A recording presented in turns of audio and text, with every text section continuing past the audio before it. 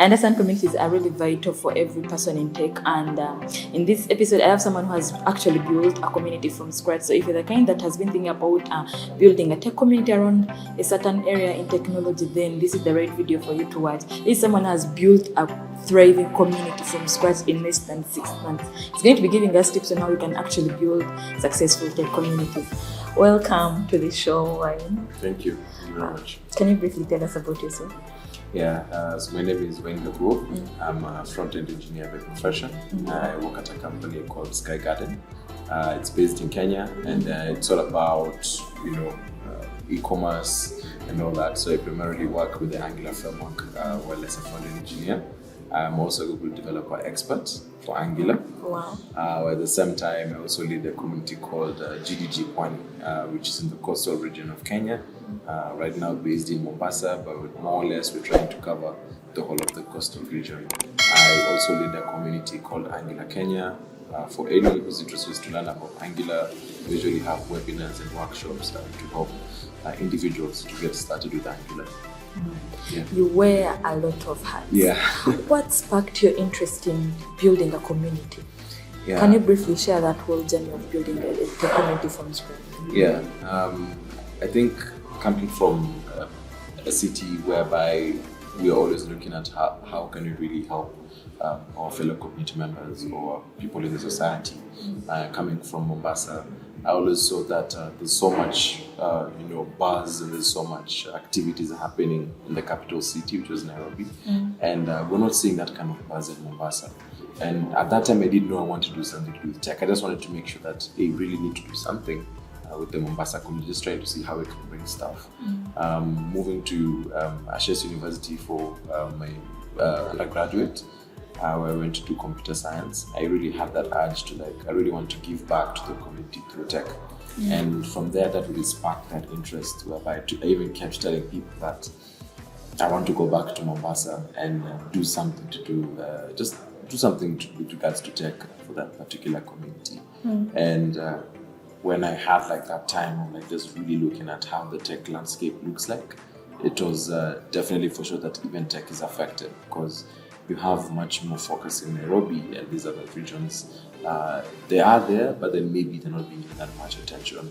So we wanted to make sure that we also have the people coming from the coastal region to have that exposure as well as the people from Nairobi, because they don't have to make that trip, which could be 8 hours, 9 hours, 10 hours from wherever city they are in the coastal region towards Nairobi by road. So it's better for them to hey, we're bringing this to your home city, please do attend this particular event.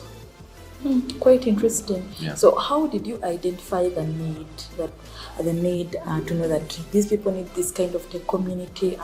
We have beginners here, they need this kind of tech community, they need these resources from the community. How did you identify all that?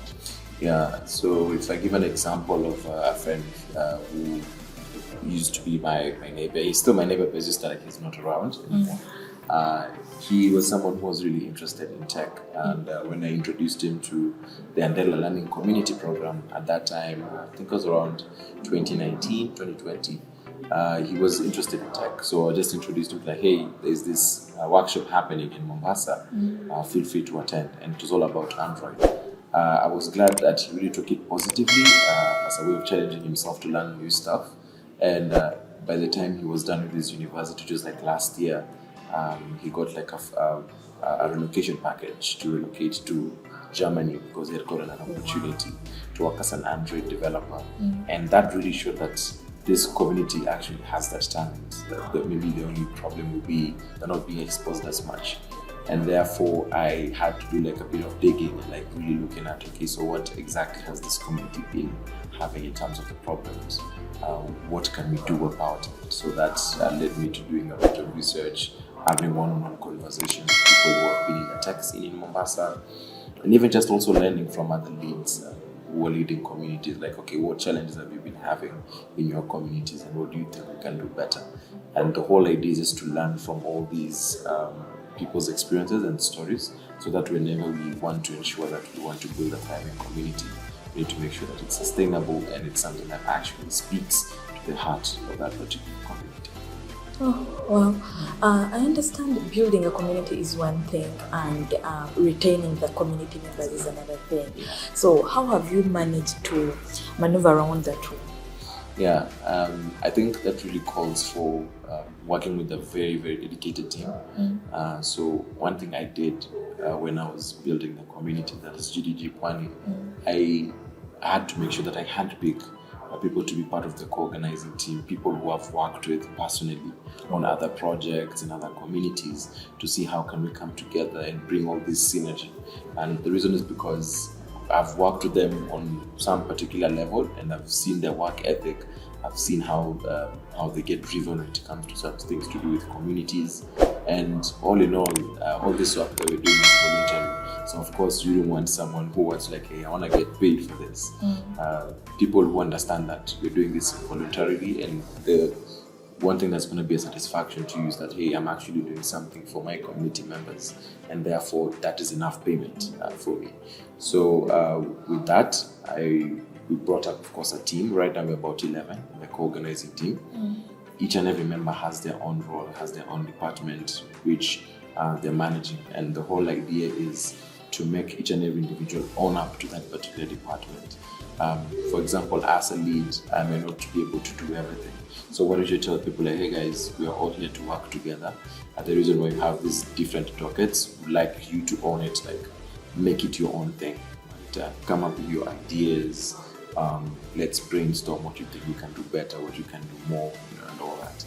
And I think that is what has really played a key role in making sure that we still maintain this community, because everyone is usually on their toes. They want to make sure that, hey, I want to make sure that this department always participates and makes sure that, for example, if it's the content team, like we are looking for content for this particular workshop, if it's the social media team, they're like, hey, we really need to hit targets each and every month to make sure we drive engagement in terms of community members and all that. Yeah.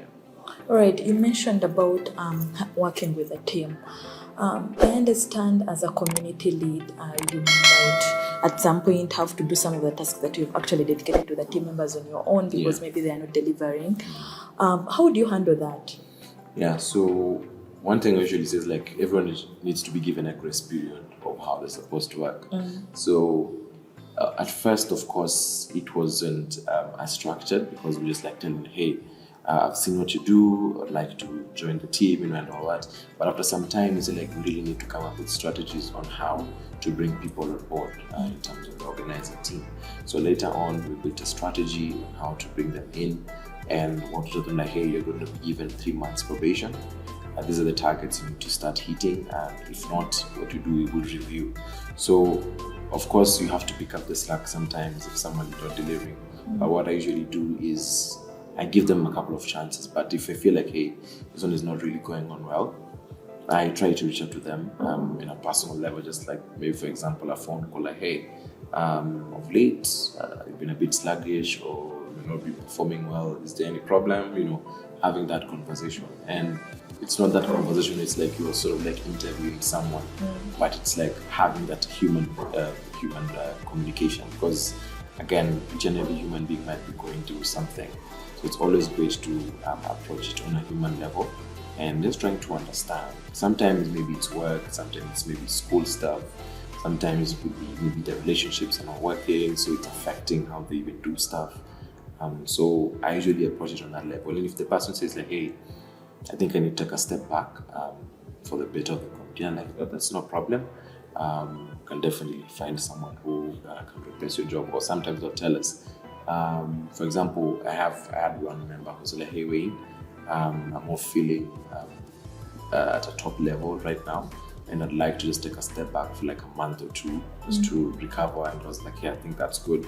And I think I really appreciated that, because I remember when we had most of them joining, we told them, like, hey, please always communicate if you feel like you're not at your top best. And I think that's how we made sure that, in as much as picking up the slack, I know that I'm actually doing it because maybe this person is not able to. And if the person is doing it intentionally and not even communicating, and that's when I have that conversation with them. All right. Talking about communication, what are those communication tools you found useful as you're building a tech community from scratch? Yeah. So one thing is like we don't even have like a WhatsApp group for the community, and I think the reason is because I felt like sometimes you can have a WhatsApp community, but it can be too noisy. Yeah. Or people will just be posting stuff here and there. Of course, you can give out all the community guidelines, the group, but there's always just someone. That's one person who will do something different. So what we try and do is we maintain that communication with them via emails. It's not easy, of course, because when we look at the metrics, very few people open our emails. But we try as much as possible, not only emails, but also communicate via Twitter, LinkedIn, and Instagram, because that's where most of our followers and community members are at. And we try as much as possible to use our own personal connections. So, for example, on WhatsApp, make sure we post statuses, for example, when it comes to an event, tell them, hey, the RSVP is open. Or, for example, the call for speakers is out, and all that. Just making sure that everyone is reached out to. But when it comes to the WhatsApp, that's where we've been trying to, we've been debating, should we do it or should we not? But I personally feel like right now where we are, I think those other communication channels we're having are actually bearing fruit, because we've seen a really good growth in terms of the numbers and also attendees who've been attending my events. So you built, you and your team built GDG Pwani from scratch, right? Yeah. Are there like specific campaigns you run or initiatives so that maybe you can let the community know about the upcoming community? Are there is there anything big you did so that the community can know about what's coming? Yeah. Well, it wasn't really big per se. What we did is we reached out to the communities that were already there in the Mombasa region, for example. We had the GDSCs, of course. We had Google technical products specific communities, like, for example, there's one called Flutter Mombasa. We had another community called Pony Techno Girls. It's a community that teaches girls how to code using Flutter. So we reached out to them like, hey, we are doing this community and we'd like to have your community members also being part of this, because we believe that we're all moving towards the same goal, to making sure that the coastal region benefits from all these technical advancements that we're having.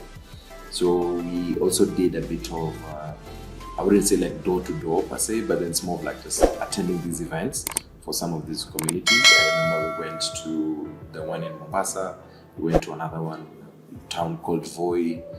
We just like woke up like at like 4 a.m.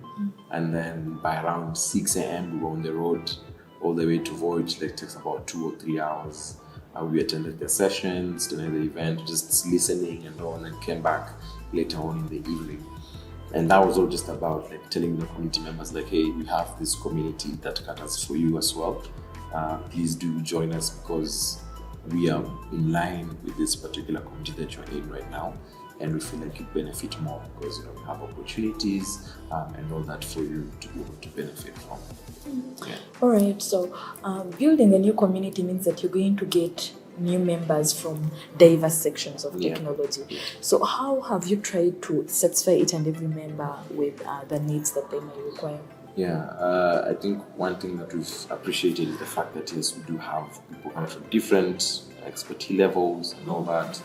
And what we try to do is try again work closely with these communities, especially the GDSCs, because what we're trying to do is telling GDSCs like, hey, we'd like to partner in this, trying to ensure that we cover for everyone.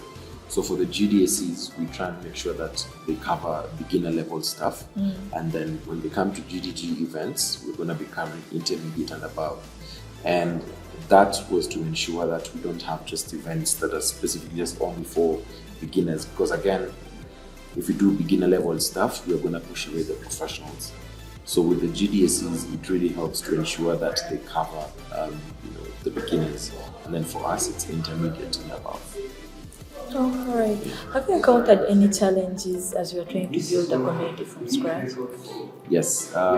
So some of the challenges we faced was, of course, there's some people who feel like these people are just doing it voluntarily. Of course, there are people who want it for for money and all that. But we usually just think like, hey, we are non-for-profit, we don't have any cash, and all we're looking for is like, how can you be able to support us?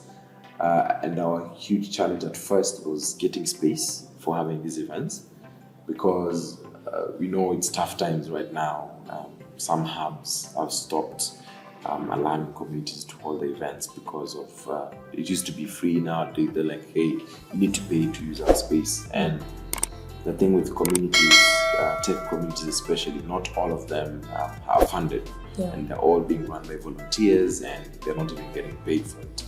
So our biggest challenge is trying to get a venue. We've talked to hubs, we've talked to schools as well. So it's that kind of thing, like we really need to find a balance. Like, for example, if you're going to talk to a school, talk to this school and tell them that, hey, we'd like to use your school as a venue, but in return, this is what we'd like to do. So, for example, there's one we're in conversation with right now, whereby we like to use the school as a venue and the resources. And in return, what we'll do is we would like to train the students and staff members as well on how to write code. And what we can do is can work with like different modules, like if it's web, mobile, machine learning, cloud, and all that. So I think that was one of our biggest challenges. And how did you try to overcome most of these other challenges that you faced? Yeah, I think the key thing is the one-on-one meetings with them. It really helps, because via emails, someone might not even read a particular. I think that has happened to me. Yeah, so it's that thing of like you have to send that email over and over again, because for some reason someone did not read a part where I say like, okay, please look at this and let's see if we can do something better. They always come back and ask a question, another emails, a question whose answer was in the previous email just sent. So we usually advocate for the in-person meetings with them or one-on-one meetings. Just try to take like 10 minutes or 15 minutes of their time and explain it to them. And with that, then again, of course, we need to show value, right? And tell them like, hey, in as much as we're not paying for this space, but we'd like to provide our voluntary services in terms of tutors or technical tutors to ensure that we can teach, for example, students how to code, or even just your staff members as well. All right, so if you're to look back at your journey in tech communities, what advice would you give to new community leads looking at building communities from scratch, just like you've done? Yeah, I think the most important thing is context. And the reason is because every community, every city, every country is unique in its own way. So, for example, I can't say I'll deploy the same ideas GDG Nairobi used to work on GDG Point, because those are two different environments. Again, these are two different communities, right? And Nairobi might be super outgoing, but when you come to the coastal region, maybe people are a bit conservative, right? So you need to understand, if they're conservative, what can you do to ensure that they also attend these events, and all that. So context is very, very important. And another one is getting the proper team. I think that's really, really crucial as well, because it's your team that will drive the motivation, will drive the vision of that particular community. Because if you drive it all alone, you're going to burn out at some point. So it's very, very important to have an able team that are always going to help you push the agenda again of the community, and as well as even reach more people. Because again, you just don't want to be situated in one place. You want to make sure you reach out to as many people as possible. Let them know like, hey, you can actually write code. You don't have to be a super genius at it. Thank you so much. It was nice having you here. I really hope each and everyone gets to learn something from this video. Thank you.